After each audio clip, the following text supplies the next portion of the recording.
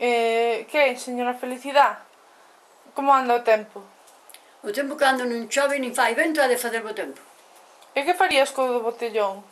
Co botellón, eu collíos a todos, botáballe un litro de aguardiente hasta que estuveran hasta aquí, e despois, como estaban cheos, a dormir na calle, e vigilalos que non se levantaran. Algún moriría xa empachado, pero total, se non morren eles, e fan morrer os que están a divertíndose normalmente, e ese da sala, desa sala que tiña, ese para a cárcel, pero para sempre, porque dice que xa tiña vendido hasta non sei que ano, xa non sei cantas festas tiña, e dice que tiña nin permiso, nin as cousas como é de vir, ter unha porta para entrar, outra para salir, vigilar, a ver como, porque salían, mirarlle o que levaban, as maletas ou as carteiras ou o que fora, nada, todo era un ala, a lo loco. Pois falamos dos gitanos, non, é peor a xente que é estudiada que os gitanos.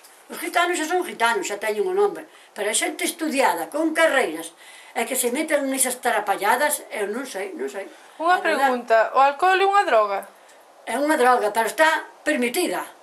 Antigamente había borrachos, non? Había borrachos, e por que era? Porque non comían o suficiente con unha taciña de caldo e un carolo de pan, se iban para a feira, viñan da feira recorrendo todas as tabernas, cando chegaban a que tiña eu, xa viñan todos borrachos. Pero iso era porque non se comía, pero iso que día comese ben, pero emborráchense con outras cousas que fan máis daño e máis enchufan o que non deben.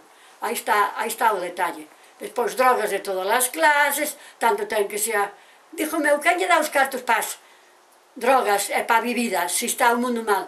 Se os pais tamén teñen a culpa, hai que vigilar os fillos. Dicir, a ti non te dou máis que 10 euros ou 20, depende.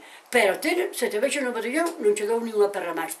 Así van con todos os vicios, e os pais, por estar tranquilos, deixan os fillos que andan de bandoleros por aí adiante. Eso non pode ser, hombre. Hai que ter tamén... A nós dicíanos, ás 10 da noite na casa, e se chegábamos un pouco máis tarde, meu pai obligábanos a poñernos de rodillas e pedirlle perdón. Para a próxima vez viñamos ás 9:30 xa, porque non queríamos poñernos de rodillas. Esa era a educación, pero a educación da hora non sei onde está. Os maestros se os educan, vanlle a dicir, o meu fillo non lle toque, non sei que. Ainda defenden os fillos e non os profesores. Os profesores teñen que... A nós poñíanos unha cousa nas más e dábanos así nas más, como unha variña. Eu, grazas a Dios, non, porque era tan atenta que a mí non me facía falta que me dixera nada. E ainda lle preguntaba á profesora, profesora, non me salió la cuenta, déjala para mañana, porque a profesora pouco máis tiña que min, sabía tanto como a mí. Coselle calcitisa as fillas e tal. Pero o home dela viña ali detrás da iglesia e collía os rapaces, veña, vamos, aprenderon todos de maravilla. Nós, máis ou menos, fomos de 7 a 14, aprendemos a ler e a escribir, a multiplicar, e nada máis. Dividir xa non chegamos a iso. Claro, hoxe non, hoxe danlle de todo, clases de todo. Nenas de 4 anos xa van á inglés, xa teñen que ir á piscina, nin tanto, nin tan pouco, nin tanta lá, nin tanta cá. É xa así a vida, meus fillos, non hai nada máis que ver como está o mundo. Pero hai moita xente que non o ve, di que non é verdad. É verdad. Os pais teñen que mirar polos fillos, darlle a educación, e non ir en contra dos maestros. Os maestros, se teñen que castigalos, tampouco non nos matan porque lle dean así nas más ou lle dean no cu. Non teñen duda, a nós tamén nos diron para educarnos. Pero, eu que sei, non sei, xa non hai máis que contar. En que bar traballaches ti toda a vida? Eu no bar do Tanjeiro, pero antes de traballar no bar do Tanjeiro, anduven polas casas. Na casa dun médico, que se chama Vicente Lorenzo Zúñiga.